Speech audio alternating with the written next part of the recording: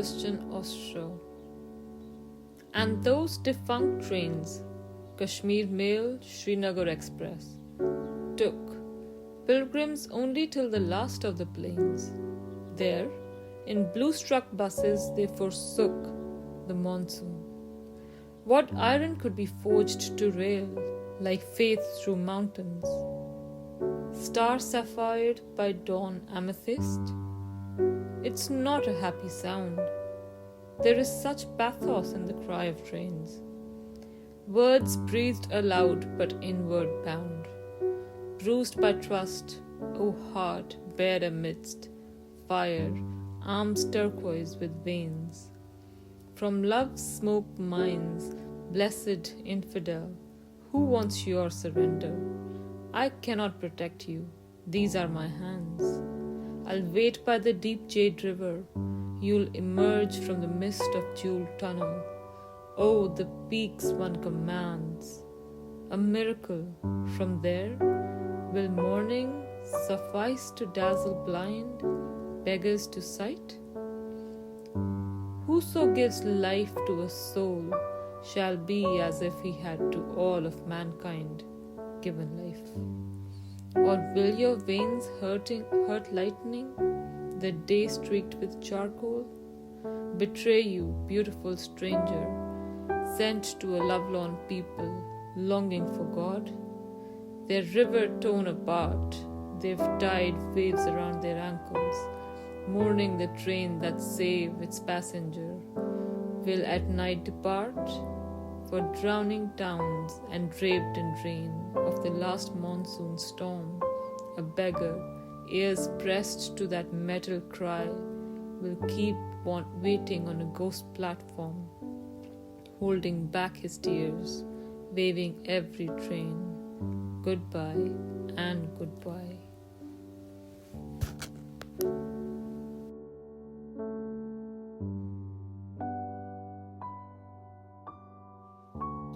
This poem by Agha Shahid has been dedicated to Hans Christian Ostro, a 27-year-old Norwegian hostage killed in Kashmir by the Al Faran militants in August 1995. The death of Ostro created shockwaves not only in the valley of Kashmir but also across the world. An excerpt from an Indian newspaper read, Kashmiri rebels decapitated a Norwegian tourist they kidnapped a month ago. Women who had gone to fetch water today found the body of the Norwegian near a canal in the Himalayan village of Sir.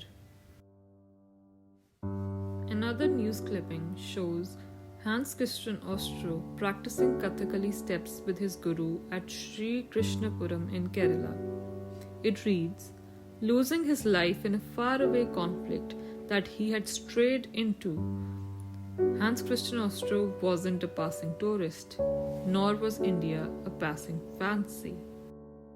Ostro mastered Kathakali in 3 months.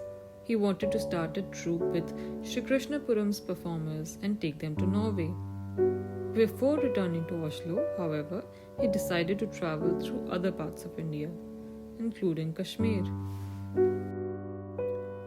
The poem Hans Christian Ostro tries to capture the sadness of not just the murder of Ostro, but of the valley itself. It speaks about loss, about something that is no longer here, something that should have been. The language of grief is reflected in phrases across the poem, like defunct trains that don't run through the mountains anymore. Shahid opens the poem by sharing the plight of the valley, which is cut off from the rest of the world. No trains come here, and the only thing that rails through the mountains is faith. The next stanza journeys into the valley, and suddenly everything is blue like a bruise. The mountains are star sapphired, and the dawns here are amethyst as well. The heart here is bruised by trust, and the arms are turquoise with veins. The wordplay on firearms is not easily missed either. It talks about the people of the valley whose trust has been bruised and who have taken up firearms. Here, He talks about the sadness inherent in the cry of trains, but in the next line itself, claims how the words are spoken aloud but meant to pacify one's own sadness. The next stanza explores the landscape of the valley, speaking about the smoke mines of Kashmir that have injured the landscape. Here, Shahid calls them love's smoke mines, which can be interpreted as mines where love is burnt and reduced to smoke. The narrator then turns to Ostro, calling him a blessed infidel. Here, the narrator is Kashmir itself, and she tells Ostro that his surrender was not needed nor asked for. She will be the one grieving him, meeting him at the end of the tunnel in the Jade River. As Kashmir waits for Ostro, she questions whether the morning will be enlightening and strike blind beggars to sight, or will Ostro's blue veins hurt the brightness of lightning itself and leave the day shrouded in charcoal darkness.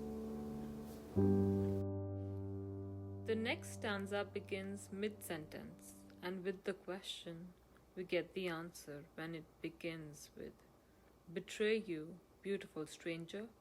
He calls the people of the valley lovelorn and longing for God. Since their river was torn apart, they have tied waves around their ankles. This stanza talks about how the train will leave once again, leaving behind its passenger. The last stanza returns to the blind beggar, and the poem reaffirms that the day has remained charcoal black and no light has been able to penetrate the darkness.